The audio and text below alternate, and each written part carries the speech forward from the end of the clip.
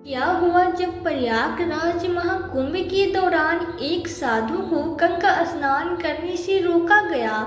उसके बाद प्रयागराज में उस गंगा घाट पे जो चमत्कार हुआ उसे देखकर आपके पैरों तले जमीन खिसक जाएगी। साल 2025 के जनवरी महीने में प्रयागराज में सदी का सबसे बड़ा महाकुंभ लगने वाला है। यह महाकुंभ हर 12 साल में एक बार आयोजित होता है और इसका महत्व अपार होता है। गंगा में स्नान करने से मोक्ष की प्राप्ति होती है। यही कारण है कि दुनिया भर से लोग इस पवित्र अवसर पर प्रयागराज पहुंचते हैं। लेकिन हाल में ही प्रयागराज के घाट पे जो घटना घटी उसने सभी को चौंका दिया। यह घटना एक साधु को गंगा स्नान करने से रोकने से जुड़ी है, जिसके बाद वह ऐसा चमत्कार हुआ कि सबके रोंगटे खड़े हो गए। इस घटना की शुरुआत होती है मध्य प्रदेश के महेश्वर में रहने वाले तपोनाथ जी महाराज से। तपोनाथ जी महाराज एक सिद्ध संत थे जिन्होंने सांसारिक सुखों का त्याग कर गंगा और भगवान शिव की भक्ति में अपना जीवन समर्पित कर दिया था। उनका नियम था कि वे रोजाना सुबह 4 बजे स्नान करते थे, चाहे मौसम जैसा भी हो। जब उन्हें खबर मिली कि महाकुंभ आने वाला है तो वे वहां जाने के लिए बहुत उत्साहित थे। उन्होंने तय किया कि वे महाकुंभ शुरू होने से पहले ही प्रयागराज पहुंचकर 2 से 3 महीने वहीं बिताएंगे। उनका मानना था कि महाकुंभ के दौरान देवी देवता सुबह गंगा में निवास करते हैं और ऐसे समय में तपस्या करने से हजारों वर्षों की साधना का फल मिलता है। 1 महीने की यात्रा के बाद तपोनाथ जी महाराज प्रयागराज पहुंचे। उस समय सुबह के 4:30 बज रहे थे। उन्होंने सोचा, आज मैं पहली बार गंगा में स्नान करूंगा। यह मेरे लिए सौभाग्य की बात है। वे गंगा घाट पे पहुंचे और जैसे उन्होंने अपने कपड़े उतारे और नदी में प्रवेश करने लगे, तभी कुछ नगर निगम के अधिकारी उनके सामने आ गए और कहा, अभी स्नान नहीं कर सकते, गंगा नदी की सफाई चल रही है। तपोनाथ जी महाराज ने विनम्रता से कहा, बेटा मैं रोज इसी समय स्नान करता हूँ, इससे तुम्हारी सफाई कार्य में कोई बाधा नहीं आएगी। कृपया मुझे स्नान करने दो। लेकिन अधिकारी गुस्से में बोल पड़ा, बाबा पूरे दिन पड़ा है, क्या तुम्हें सुबह 4 बजे ही नहाना है? कोई और इंसान यहाँ इस समय नहीं नहा रहा है। तुम्हारे पास कोई शक्ति है क्या जो इतनी ठंडी में गंगा में स्नान कर सको? अब तक शांत तपोनाथ जी महाराज को यह सुनकर बहुत बुरा लगा। उन्होंने सोचा, गंगा पर किसी का अधिकार नहीं है, यह तो शिव की जटाओं से निकलती है और हर व्यक्ति को इसमें स्नान करने का अधिकार है। लेकिन उन्होंने किसी से कुछ नहीं कहा और वही घाट पे ध्यान से बैठ गए।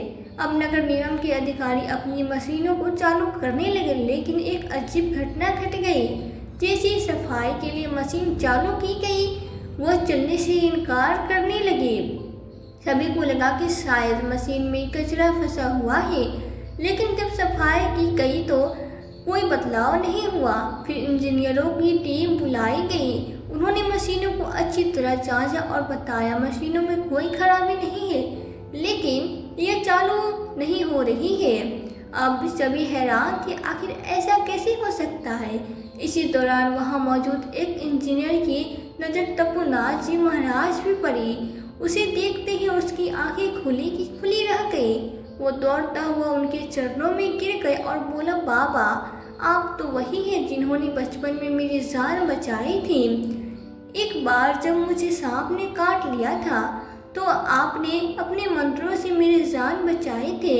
अब नगर निगम के अधिकारियों को अपनी गलती का एहसास हुआ।